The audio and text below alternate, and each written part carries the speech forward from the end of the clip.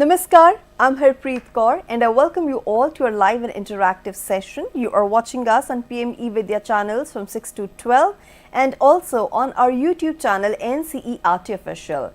Well, this session is a training program under the umbrella theme of ICT for Teaching and Learning of Science.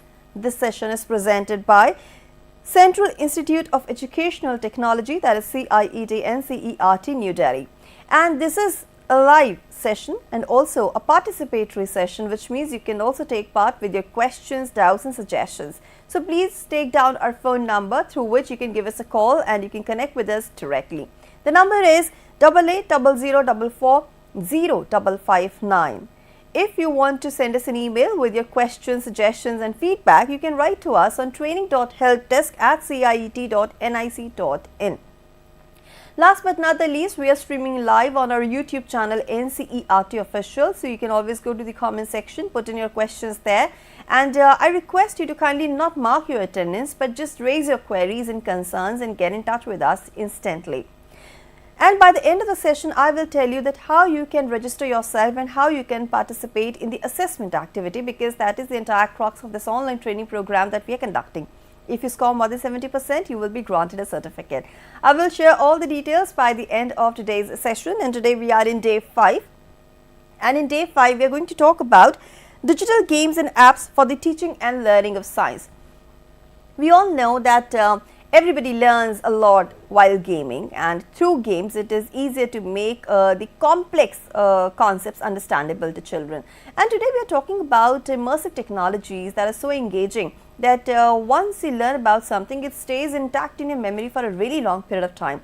Of course, science or teaching science in a way that enhances creative and analytical thinking among students is definitely the sole objective of making science or teaching of science a joyous experience. So today, for this session where we are going to talk about digital games and apps for the teaching and learning of sciences, we are joined by our experts. So let me introduce her to all of you. We are joined by Dr. Ajita Deshmukh. Ma'am, namaskar and welcome to the session. Namaskar, very good evening. Well, let me tell you all that ma'am is assistant professor from MIT ADT University, Pune, Maharashtra. And now ma'am, before we delve deep into the conversation and I ask you a lot of questions, I request you kindly offer us a glimpse of what exactly we are looking forward to in the session, some of the main points that you will be covering today. Oh yeah, sure. But even before we talk about the main points and all of that, the way you started, right? So exactly, even Albert Einstein used to say that the best way to learn science is to play. Yeah. Because playing involves lots of reflection. And when we're talking about teaching and learning, many a times what happens is only young students, very small children Yeah. are supposed to play, and then as you grow up, you just stop playing. Well, no, not at all. In fact, every single thing of science can be learned using, in fact, can be learned best using games and different types of apps. That's what we are going to see here, and I really hope that the teachers continue to use lots of games and apps that we are going to see here today, and also the students and parents, if they are watching, they can go ahead and explore. Yes. So what will be the main points that you'll be covering? You'll be telling us about the games and apps and you'll be demonstrating some as well? Yes. All In right. fact, when to use the apps, what to use the apps, which way to go about it, and not just use an app just for the sake of it, but there has to be a specific thought process behind it. That's what is more important. Right. And of course, every subject is important. We need to learn it, we need to understand it. But science is different altogether. Some find it really tough and quite boring as well because they don't have the interest or inclination towards the same. So how do you think that a science class is different from other classes? Oh, that's a very specific question that you've started with. That's basically why we need to have lots of apps and lots of games. We first need to understand the very nature of science. And science is not just one subject. Unless and until you keep it very limited to being a subject which has to be studied in the four walls of your class, only then it becomes boring. In fact, if you look around at science everywhere, and I'm not just going to say that, oh yeah, we breathe air and that's biology and all of it, but just figure out one particular thing, like Which shampoo do you use? Which toothpaste do you use? Which soap do you use? That's actually science. And how do we actually come to know that, yeah, this is something good for us? That is by being a scientific person. Now, what do we mean by a scientific person? Or rather, what is it that makes a class a science class? So, if you're going to tell me that, oh, this is the syllabus, and then I'm going to teach you this chapter, this chapter, and this chapter, and I'm going to talk about what is there in the textbook. Is it a science class? Well, no, it's not a science class. Yeah. Then it is just a teacher teaching just any other subject. But what is it that makes a class a science class is if you are going to develop skills that are related to the learning of science, such as the first and the foremost thing is observation. So, like I said, like I just started by saying that, oh, if it's a shampoo, if it's a toothpaste, do you have the habit of, just turning the carton and just seeing the ingredients? Well, then that is observation. If you're just going to see and you're going to say that, oh, okay, if this type of light creates this type of an ambience, well, that is observation, because actually you're talking about wavelengths of different lights and the way the ambience is caused. Then the most important thing that is there, which is critical thinking. And why do we need to do this? If the question is why, it is critical thinking. And for every single thing, you're going to ask why. Uh, that is nothing but scientific inquiry, because every single thing that you come across, no one is going to, like, if you just accept it because someone is telling you that, then that's not scientific inquiry. If you are asking questions, real, relevant questions, then that's scientific inquiry. Of course, like we said, that, oh, what happens when this type of light is there? What happens if that light is not there? What will happen if suddenly there is sound outside? Then am I thinking on my feet to solve the problems?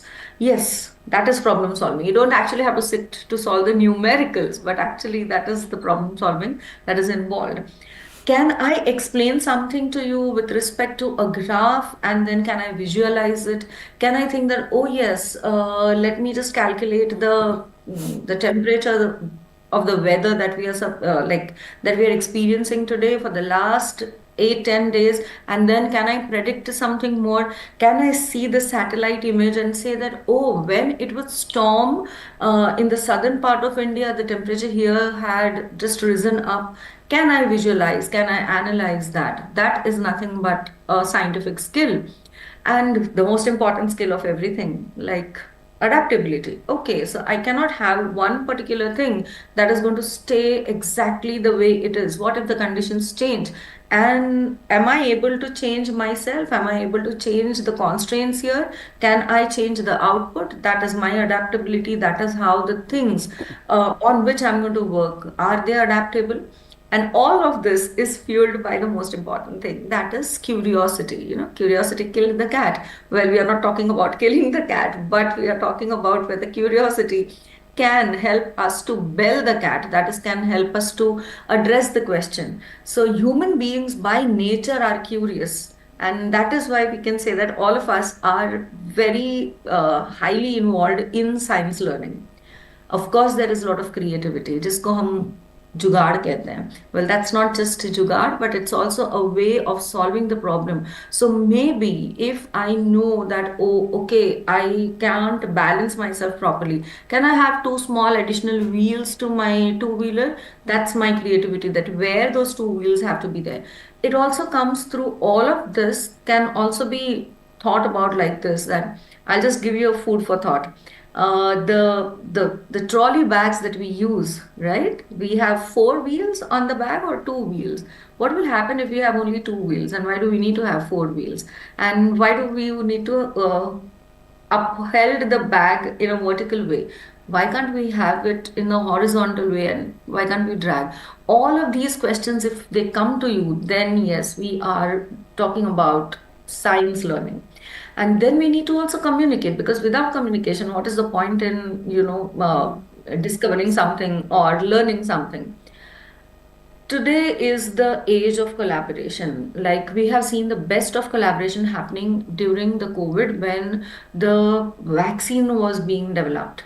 So that was a collaborative process. No scientist will ever say that, oh, this is only mine and I cannot give this to you. So scientists work essentially in collaboration.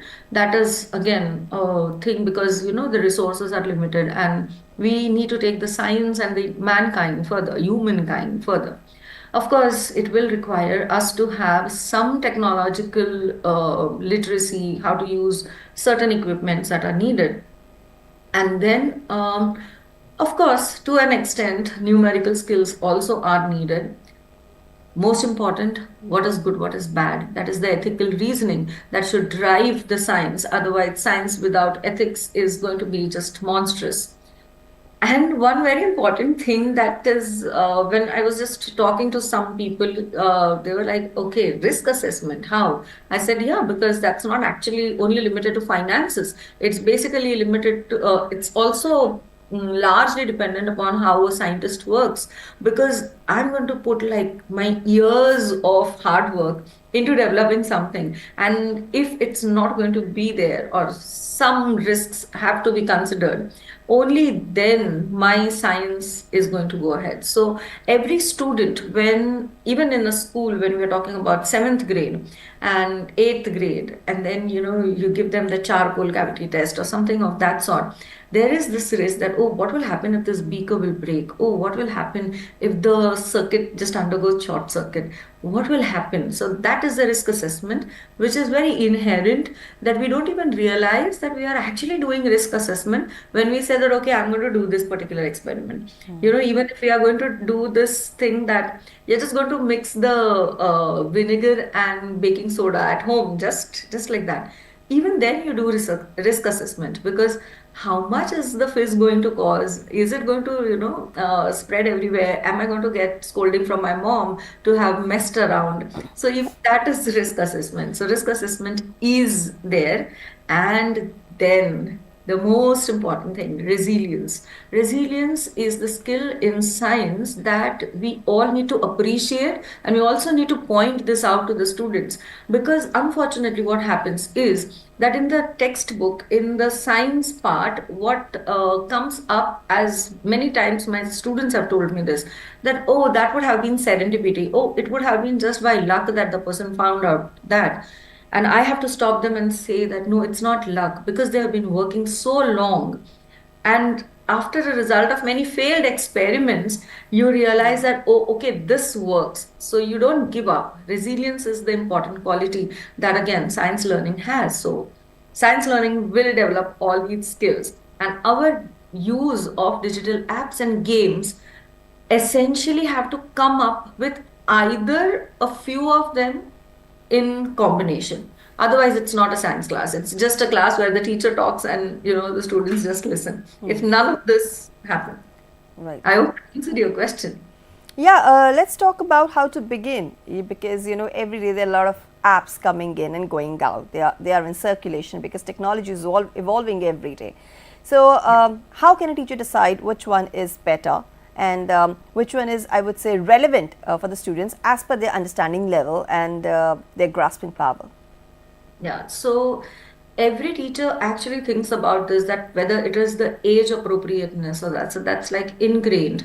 But the first step that a science teacher needs to understand is that whatever those skills that we have seen just now around, say, like two columns bharke skills, along with that resilience, that is something that we actually need to understand when we are using the digital apps and games. That if I'm going to use this particular app or if I'm going to use this particular game, which of the skills that we just mentioned are going to be targeted?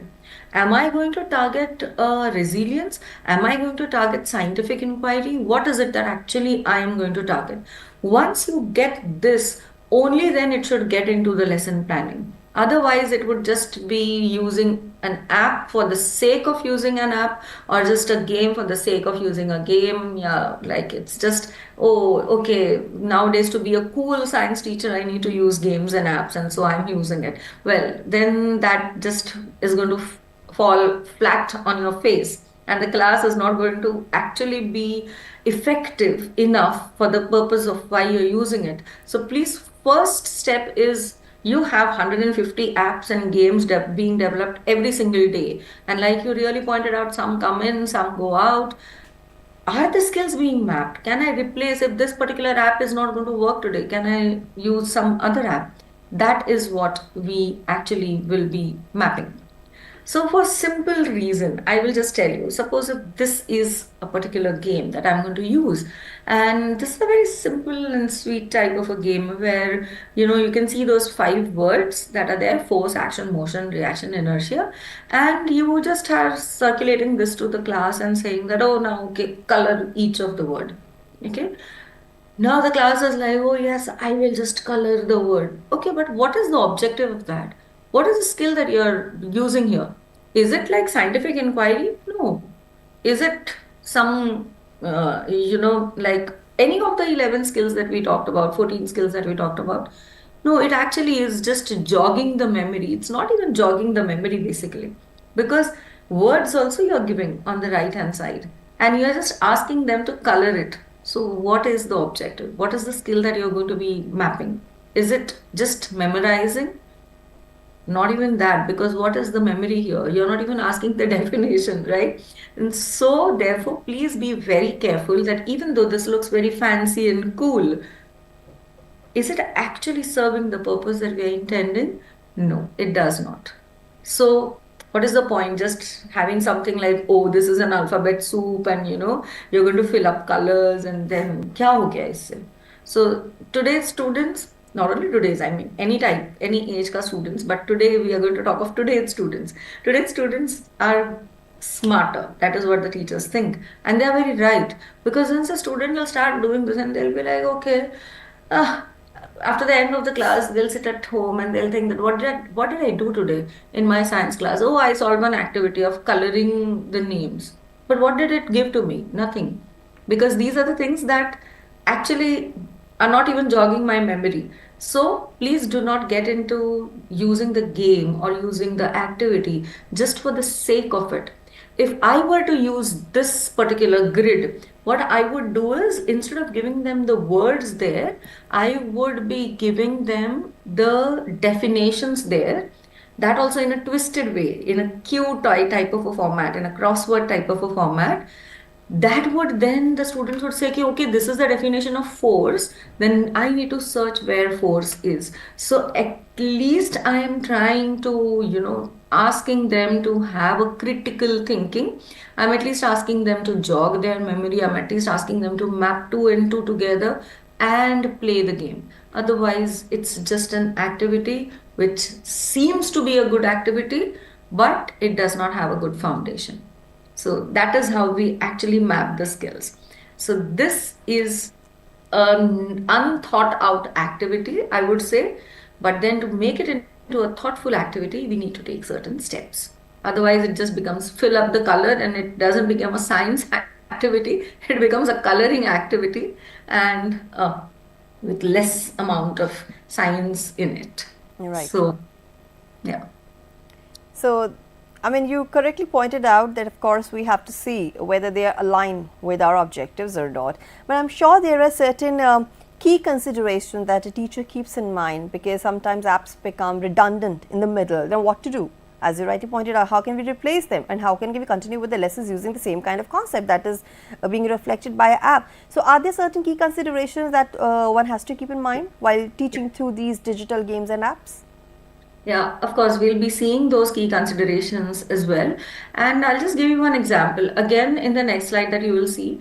See, teachers, unfortunately, what they think is that they need to have something very fancy. Whereas if you can just have only this much, even this can work as a science game, because you are asking a question which allows the students to think a lot. Now, this can be used very effectively either using apps like Neopod, which if students have got individual access to the devices, then yes, this can be used where the students are actually writing on it. This can also be used for if you're using a smart board. But then how do we go ahead? How do we understand that which app to use when? Because when we talk about science and when we talk about our country, The things that we need to really remember are quite a bit of them, because the way we select a science game or a science app depends upon, most of the times, the constraints that we have. The constraints that you have are different, and the constraints that I have are different as compared to someone who's sitting in some other part of the country. So, the first and the foremost thing is the constraints. So, in my case, if I were to say, I might be having a very good internet connectivity, I might be allowing bring your own device, but not the same thing goes for the other teachers in the country. There are places which have very limited activities with respect to internet. Many of places do not allow these particular things. So what is it that we will be using? So what I have tried to put here is I've tried to put up like three types of usage, basically, with respect to the experiences from the ground that we have. One is where the teacher has got access to internet, to different games and apps, and then the teacher can take printouts or something like that and take the activity offline. So, something like what we have shown just now, the grid was there, right? Now, if my class does not have internet access for all the students, then I can do something like that, that where I have the access at home, or maybe, even at school, the school library, but not for all the students. Then if my low internet in connectivity is there in the class, also sometimes what happens is the students will not have one-to-one device. Also, not everyone would have tech skills as much as you want to have them. So in such cases, you can use these type of apps where the teacher uses it, creates the grid, because that grid thing is very, very useful for the teachers, but it of course has to be used very thought out. So you can't just give a grid and say that color, but you have to like think about making it like a crossword and then giving it. So that is one where the teacher uses online, the internet based thing, but the class will use it in offline way.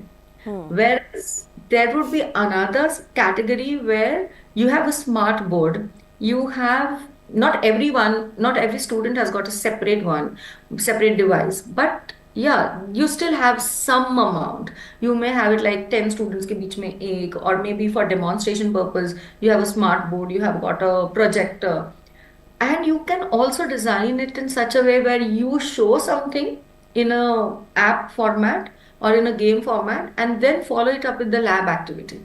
So then is it going to be that way? And then the third one is where the students are going to use. It is going to be essentially like out of class activity. You don't have to be there. Are you going to make students use it for their own, at their own pace to learn something more? Maybe you have students who are ill and therefore they are on a very long sick leave. Then can they use these apps instead of missing out on all the laboratory? Can you have such type of inclusion? So please identify the type of usage that you have out of these three broad categories, and then the key considerations come into the picture, that okay, now constraints to pata chala, but how am I going to use? And is there going to be a follow-up lab activity, or it is just type of a revision, or it is for inclusion, or it is for my students to, practice at their home? So that way, once we decide this, comes the next part.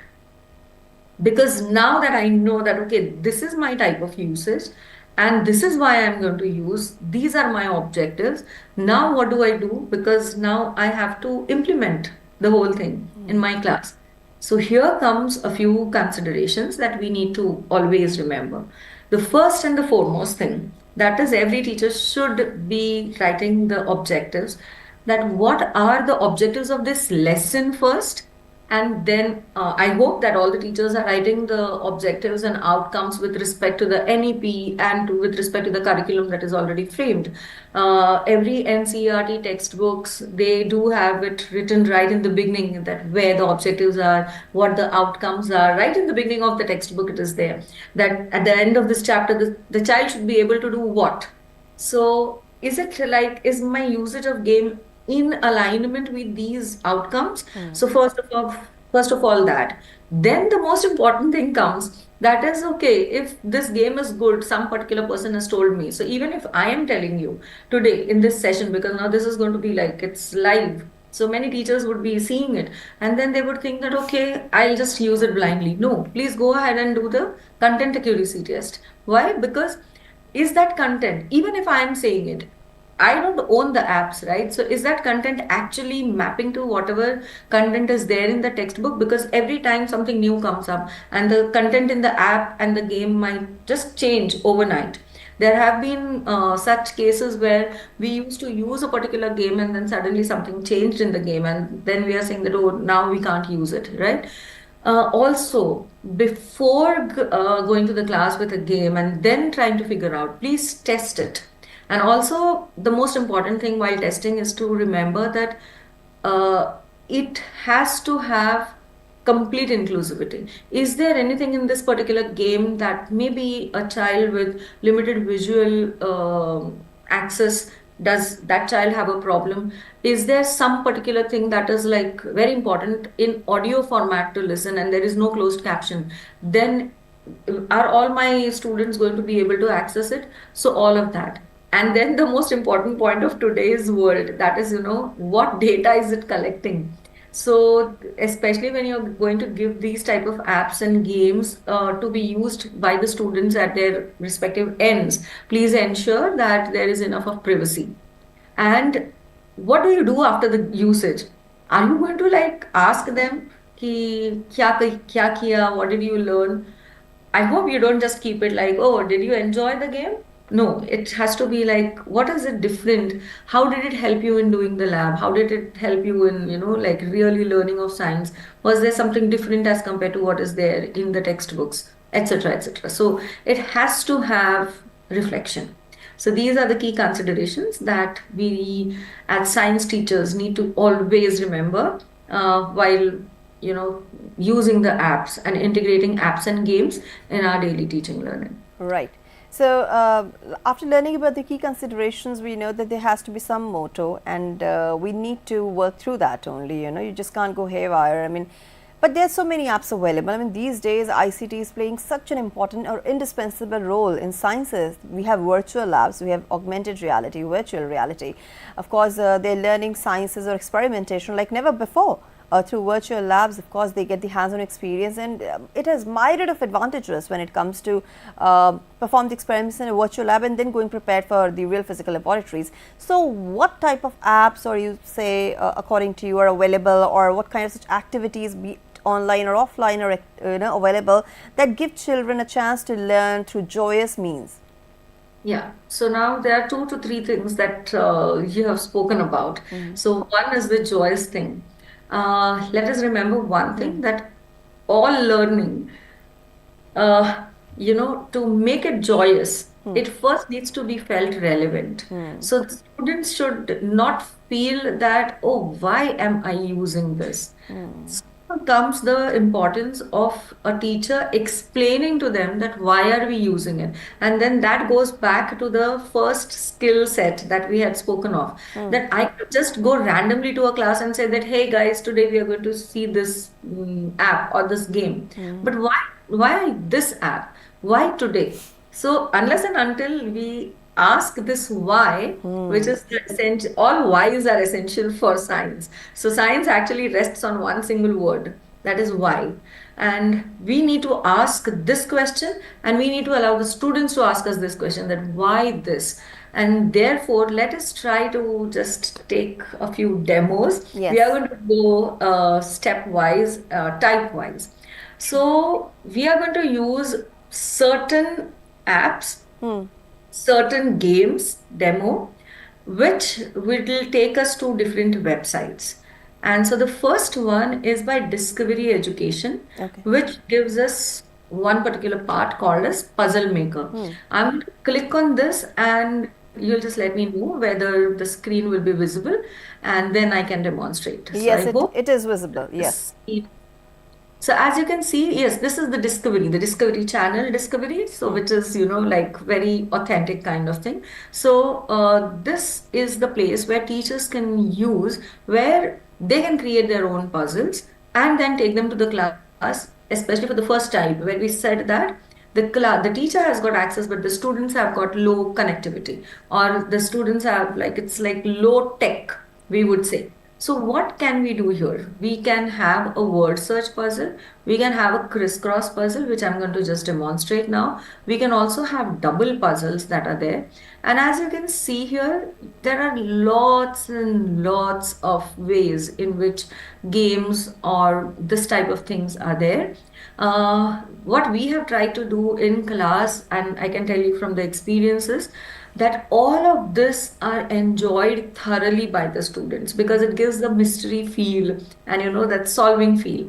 But just because of the constraints of time, what I'm going to show is the crisscross puzzle, which is a crossword puzzle.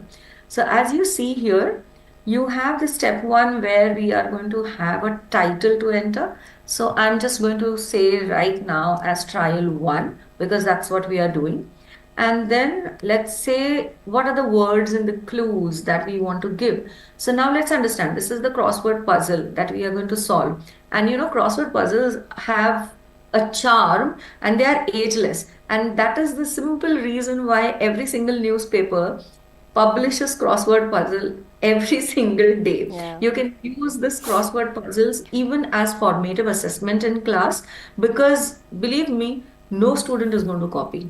Okay, so because if you go back and think that, oh, okay, even our grandparents, they solve crossword puzzles daily, and we have been seeing, just look around in a train, you will see people solving crossword puzzles in the newspaper. They don't actually ask someone else ki acha iska answer kya hai. They will ask that, oh, do you know the answer to this clue? So at least you are repeating the clue, right? So here what we are going to do is we are going to take a word and we are going to write the clue next to it. Okay, so right now what I'm going to just write here, because of the constant of time, I'll be writing 2 or 3 words and the cues there, and then we will just see how the puzzle is being created. So the first thing that I am going to write is, I'm going to write the word bond. I'm going to write a chemistry wala bond here and not James Bond. But yeah, now because I just said that it is about James Bond as well. So what type of cue can I give here? So if you see the instruction there, on each line, enter a word followed by a space and then the clue for the word. So now this is bond. So I would just write between atoms or molecules. Then I would want another word which would be, talking to us about this. So I would just write the word reaction. So I'm just doing random words and the clues just to show you how it has to be. The teacher needs to think about what comes in that particular chapter and how it goes ahead. So a reaction is nothing but combination, or let us say displacement, to create new substance. So I would just write only to create new substance rather than even giving the types of the reaction. And then we'll take one more word and then we will go ahead and just create the puzzle and see how it looks like. So one word is bond, the other word is reaction. Just don't forget that every new word would be on a separate line. And then we could just have another thing like a beaker, which is glass apparatus. And now just let's see how this puzzle is created. And yeah, so here I'll just click on create my puzzle and voila, you have your crossword puzzle created. Now you can actually print the puzzle and you can distribute it in the class. You can also convert this into a Word document and share a soft copy of it with your students if you are insisting on having, like, paperless things. Convert it into a PDF and the PDF can also be filled up. So that's up to you how you can solve. As you can see, the clues will come here the way it has arranged itself. And yeah, you can also, create as big and as small like what we have created. So I hope this is found useful by the teachers, because like we said that there are like 8 to 9 types of puzzles which we can create if only the teacher has got access to it. This is also a very good resource to use during the alternate assessment, revision, even during the free periods, how to, keep the children engaged. And you can, in fact, ask students to create puzzles after giving them this, and then you can swap the puzzles that the students create. So you can also ask the students to create puzzles. It's not always only the teacher has to create puzzles. So let them also enjoy creating puzzles, because when you are writing the clues, you have to know the concept to be able to create the clue there. So that's also another way in which you can go ahead. If we see here, I hope the slide is now visible. Most of the times, what happens is a teacher also needs to have something like an image, and then you want to have a jigsaw made out of it. So I'll just show a particular this particular app. I'm not actually going to demonstrate it, but you can, people can simultaneously use this. So how does this work? So this is another type of an app which you can see here. So you can create jigsaw puzzles. Now, if you have got an image, now this is very specifically used for image-based things. So suppose if you are having a puzzle, like an image related to biology, or maybe a history class, or maybe there is a map of some particular place, and that's essentially image-based thing, then what do? Then you just create an image, it just breaks it up into a jigsaw puzzle, and then you can play this online as well. So I'll just show you how this works, and then we will see the puzzles that the community has, put up. And you can play this online, so this need not be offline kind of a puzzle. So this is used for images. So I'm going to say make puzzles here. And so what is done? So what is done here is you choose a file here, if you see, and you upload that particular image. Once you upload the image, it will ask you to, break it into how many pieces. Do you want it as an easy level, or a medium level, or a higher level? It can go up to 32 pieces. So if you have that many pieces there, I mean, if your class is very, what you can say, the people who are tinkering more, then you can have much more kind of smaller versions of the jigsaw. What we'll do here is, and it's just one click wala thing. You just have to upload it, and you just have to actually say that, okay, now this many pieces ka puzzle you have to make. We'll just take one simple one which is uploaded there. And yeah, the only sad part of this is like there will be ads, because it's a free type of a game there. And so it also takes time to, when it uploads. So maybe given the constraints, we better go to the next type of games that we have. The most important thing, like what Harpreet was talking about, is the virtual games and the augmented reality and other things. So this is something that we already have on our Diksha, which let me just show you. We are into Diksha now. So this is kind of a simulator that you can use. Now, this is a physics type of an experiment or a game where we are trying to decide how many steps and what would be the speed.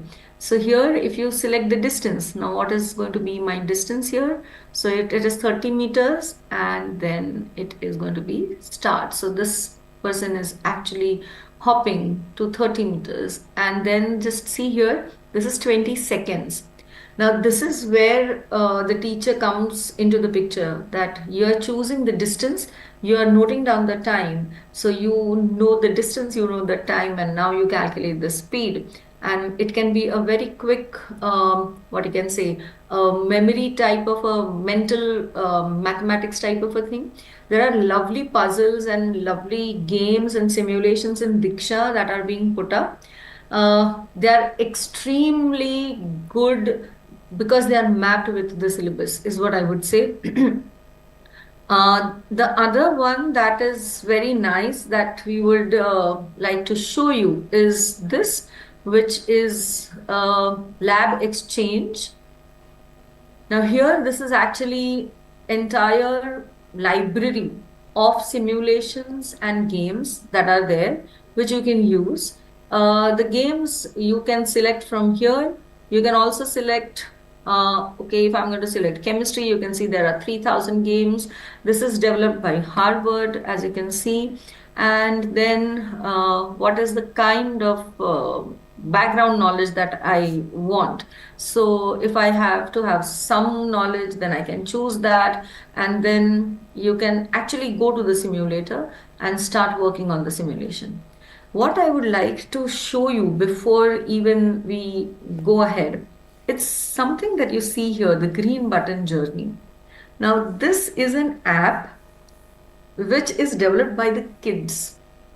Okay, so I have been fortunate to see this app growing. This was part of the program called as Open Education for Better World, which is hosted by Slovenia. This green button journey is developed by kids ranging from grade 9 to grade 12. And the beautiful part of this is they have generations, as they say. So when the student goes into 12th standard, the student will, on board an eighth grader or a ninth grader and give it to them. So you'll just see this. Instead of, just teaching environmental sciences and climate change with respect to the textbook, this app actually helps you as in you and I can also use this. It's there available on PlayStation, I mean, the Play Store. Every single step that you do, what could it be? What could be your carbon footprint? Is it a eco-friendly step or not? So your awareness is raised, and there are steps that are taken, and this is essentially not something to be just done in the class. This has to be done by every single individual for every single step that they take at their own pace. Now, why I said that I want to show this app is because from scratch it has been developed by the students. And so even our own students also should take some inspiration from this and start developing some particular apps for such type of concepts which have real world applications here. Also, if we go back to this, what we can see is we see something called as escape rooms. Now, this is an interesting thing because all of us love escape rooms. So this is by Royal Society of Chemistry, where they have developed different levels of escape rooms. So for the constant of time, I'll just take you to one of it, and I'll just show you what it is. So here the teacher does not actually develop, but the teacher uses the games and the apps that are already developed. So here, if you see, this particular part, each lock will open and then you will continue to escape from one room to the other. There are 6 puzzles, 6 rooms. You have to register. The registration is free for all teachers, so you can just register and then start using them. Students love escape room games. So, and when it is mixed with science, which is already quite mysterious in nature, you can just imagine the kind of enthusiasm that students have. Right. Uh, So, yeah, ma'am, now we're left with very little time, like just 2 to yes, 3 minutes. I request you to I kindly sum know. up this entire presentation of yours. Yes. Of course. I mean, I'm just watching the watch constantly more than you because I don't want anything to be missed. There's another one by NASA as well that also talks about different types of questions here, like the key questions of energy, water, and other stuff. And again, a very beautiful type of a game and an app there which can be used. Uh, you can use these as well. I hope that I mean, we will be putting the presentation into the Nishtha and the Diksha portal. So people will be able to have access to this particular presentation. These are all hyperlinked. You can just click on the link and then I mean, you can visit these particular apps. But whenever you're using games, apps, AR, VR, whatever, please remember that they need to be easy on not just understanding but also on pacing. They need to be interesting, and most importantly, just let us try to use these things when the concepts are very abstract, even if they are tangible. Science is tangible, but sometimes the concepts are abstract. Better to use AR, VR, and simulation apps when we cannot give practical experience. Please let us not say that, okay, simulation de diya, so now no need of taking you to the lab. Please don't do that. That's my fervent appeal to the science teachers, that please do not replace practical lab sessions just by simulations. They need to be there, but this can just be the starting point. And just be sure that you make the children understand that they should not miss out on the seriousness and the reality, because what happens is when you're using a particular simulator, you might add some explosives and some dangerous chemicals, and or you may have a high voltage passing through it without having any danger to life, but in reality it's not like that. So it is upon us teachers to make the students aware that whatever is missing in the simulation, that danger exists in reality, and reality check we have to do. So please do not replace them by science labs, because otherwise the skills will go missing. And when you wind up, please be sure that you follow it up by either summarizing, ensure that there would be a reflection. Just let's have some particular type of game or quiz, even to have the understanding there. Try to connect it to the real world applications, like we saw in Green Button Journey, or even in the NASA thing, or even in the O labs. Let's gather feedback from the students as to, did it really help them in their real life connections, and not just okay, was the class good? No, please, not that. Did it extend their learning? Does this make them trying beyond the school hours, and are they learning more than what the textbook is? And the most important thing, please try to document the use, and you will have a research paper at your hand. And also, it would be a document that other teachers would use. And if you can send it to us at CIET on the email that I'm sure Harpreet has already said, and she would be again saying it. So that documentation is again very important. We would love to know if you have used the Diksha apps and how it has affected positively your class, and how your students have improved. Right. So Yeah. this is what we would like to sum it up, because science is not about just the outcome, it's about the entire process as well. We have certain games which I have put up on my website, which are low tech games. They are like a housey, a chemical housey, chemistry related housey hai.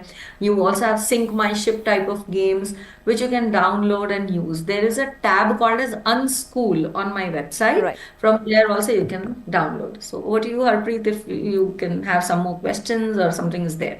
Well, thank you so much, but we are running short of time, so won't be able to take further questions. But yes, thank you so much for the presentation. And of course, gamification, if anything, does play an important role when it comes to understanding the concept. So thank you so much, Dr. Ajita, for your contribution to the session. So that was our session for today. Today on day 5, we talked about digital games and apps for the teaching and learning of sciences. And since it's an online training program, it's very important to check the website and where actually you can get all the details. So this is our ciet.ncert.gov.in. That's our website. You have to log on to it, go to the activities section and click on the option workshop and training. Here you will find this current activity happening, ICT for teaching and learning of sciences. Today we have reached the climax of this online training program. You will watch the entire write-up here, and this is the day-wise schedule, what all we covered. And who all can participate? Well, everybody can participate. And it's open to all. So these are the objectives of training, program schedule. We have uploaded all our videos here. You can watch them for later references as well. Now, how to participate? That's the important step. Step 1, register yourself. Click the link or scan the QR code. Second, you have to watch all the sessions quite attentively that have been streamed on these platforms. Number 3, you have to take up the online course or the assessment activity. These are the guidelines, and if you score more than 70%, you will be granted a certificate. So here you will find the link also very soon, and submit your feedback. Yes, that is the most crucial step so that we can bring newer and relevant content for you. click the link or scan the QR code. Last but not the least, always we are waiting for your feedback, for your suggestions. So do write to us on training.helpdesk@ciet.nic.in, or you can give us a call on this number. Of course, today you missed, but in the forthcoming sessions you can do that. And that's about it. And you know what? It's very important actually to share the feedback. And now some important announcements from our side. Yes, it's an important announcement regarding the upcoming competition. What is it? So this is the All India Children's Educational E-Content Competition, which is packed for the year 2024-25. We invite teachers, teacher educators, students and independent educational e-content creators to submit their best e-content for the competition. For further details, please visit the website www.ciet.ncert.gov.in. Scan the QR code also. And the final date is 31st of December 2024. Don't forget to submit your entries. Last but not the least, let's take a look at the schedule, what's coming ahead. In a short while from now, you can watch our session Sahyog, and this will be followed by another session by NCSL NEPA on school leadership and development. With this, it's a wrap. This is me, Harpreet Kaur, taking leave of you, but stay tuned for more educational programs. Namaskar.